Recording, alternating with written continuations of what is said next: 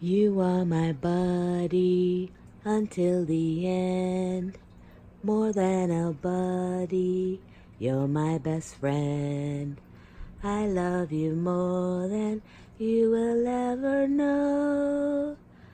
I will never let you go.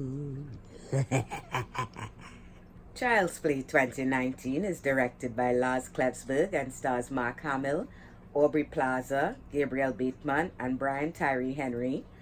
And it tells the story of a 13-year-old boy who has just moved to a new home. So his mom, trying to make things a little better for him, gets him a buddy doll that she got her hands on. And of course, this buddy doll is not like any other. His name is Chucky, and he wants to be your best friend until the end. So as someone who's loved horror basically her entire life, I am one of those people who Child's Play holds a fond place in my heart. It's, like most horror movies, the first time is the best time. Nightmare on Elm Street, you don't know what to expect, so the first movie is always the best movie. Child's Play had that effect on me. Not to mention, ventriloquist dummies usually freak me out. Like, I have a kind of phobia when it comes to those things. So the first time I saw Chucky come to life, it really, really caught me off guard. And it was a fun place in my heart. It's one of the few horror movies that actually scared me when I saw it as a kid. And here we go, Child's Play 2019. They came up with this remake. And at first I was like, okay, fine, they're going to remake Child's Play. It's not a big deal. The first movie, while it is a fun movie, it's not like this irreplaceable horror movie.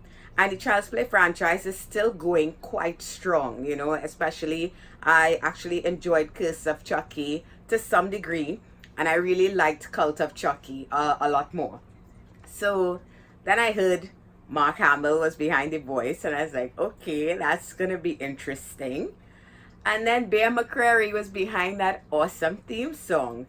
So I got more and more intrigued, but I refused to watch anything beyond the first trailer because I did not want this to be spoiled for me. I went in, and I have to say, I really enjoyed this movie for what it was. So let's get into it. Child's Play, as we said before, is a movie about a young boy named Andy who gets a buddy doll as an early birthday gift. In the first movie, Andy was a lot younger, and that worked really well in that scenario because in that movie, Chucky's a bit different than he is in this movie. I'll try not to get into spoilers as best as I can. I know some people may not have seen this movie as yet. If I do discuss anything, I promise you guys I will give you a heads up first. So like I said, this Chucky is a tad different. His origins are a bit different. But honestly, I think these updates work. They work really well.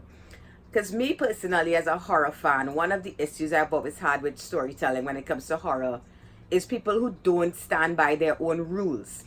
You create a set of rules for your monster. You say this can kill him, this can't kill him, this is why he is the way he is.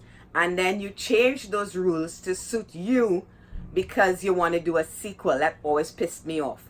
And one of the issues I always had with the original Chuckster is the fact that he is a serial killer possessing the body of a doll. That's fine. But in part 2, he becomes fully human in that doll, and he's basically blown to smithereens. And yet we get a part 3 and a part 4, and they just kind of give you these weak reasons for why Charles Lee Ray is still alive, so to speak. It never really worked for me, but whatever. It's a killer doll story, just let it go. But again, like I said, they disobey the rules.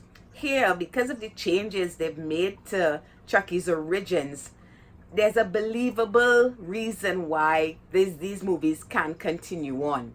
And I really like this update. I think it works well. The design of Chucky, I'm not gonna lie, at first, when I first saw him, I was like, that is the ugliest effing doll I have ever seen. I did not really like it. The original design for Chucky is, in a word, brilliant. It works. It's both a friendly looking doll that you could believe a kid would fall in love with, and when he goes into full psycho mode, it's terrifying. Here, right out of the box, this body doll is this is stuff of nightmares. The design is very off-putting. But you know what? As the movie goes along, and with Mark Hamill's fantastic, pitch perfect, wonderful voice work as Chucky, somehow it worked for me. The over large eyes, the very emotive face, because he's very much an animatronic here. And he does look more like an antique ventriloquist dummy doll than he does the Chucky doll. Again, like I said, it's a bit off-putting when you first see it. Sorry, I have a bit of a cold. It's a bit off-putting when you first see it, but it works overall as it goes on, because somehow the look of this Chucky fits with the voice of this Chucky really well. Another thing I liked about this movie, like I said, Mark Hamill does a fantastic job. Everybody who knows him, that he's basically one of the best Jokers we've ever had, and he's never actually been Joker in live action, and yet he's one of the most memorable, and it's because of his voice work. The same stands here, and what he does for Chucky here, that the incomparable Brad Dourif, what he does for Chucky, that insane version of Chucky, is wonderful. There's no taking away from that. But what Mark manages to do with this version is actually make me sympathetic for Chucky. It's strange because his way of speaking is a bit more childlike than the Charles Lee Ray version of this doll. He adds a certain innocence to Chucky, at least in the beginning, that makes you feel sorry for him when things aren't going his way. I know it seems like an odd thing to say, but it's where I was at. It almost made me compare him to Thanos in the sense that I wasn't 100% blaming him for his actions, at least early on, you know. The crazier he got, the more I was like, okay, no, this doll needs to be put down.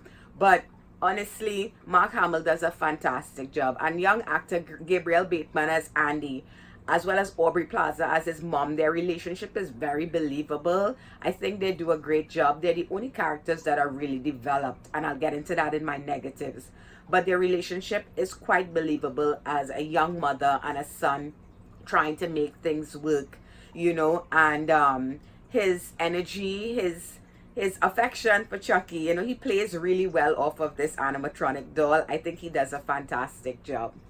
Now, let's get into the negatives a bit. And of course, like most horror movies, characters tend to fall by the wayside. This is something that a lot of horror movies tend to suffer from. They focus so much on developing the scares and the gore, which is, by the way, there's some really nice kills in this movie.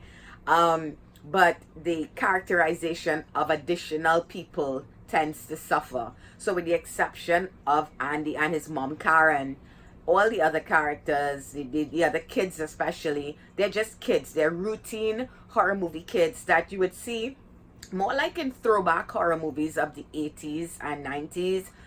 For instance, they remind me a little bit of Monster Squad at one point in time. It's those kind of, so you have the, you have the loud kid, the bully kid, the tomboy, that kind of thing going on. There's no real backstory to any of these kids.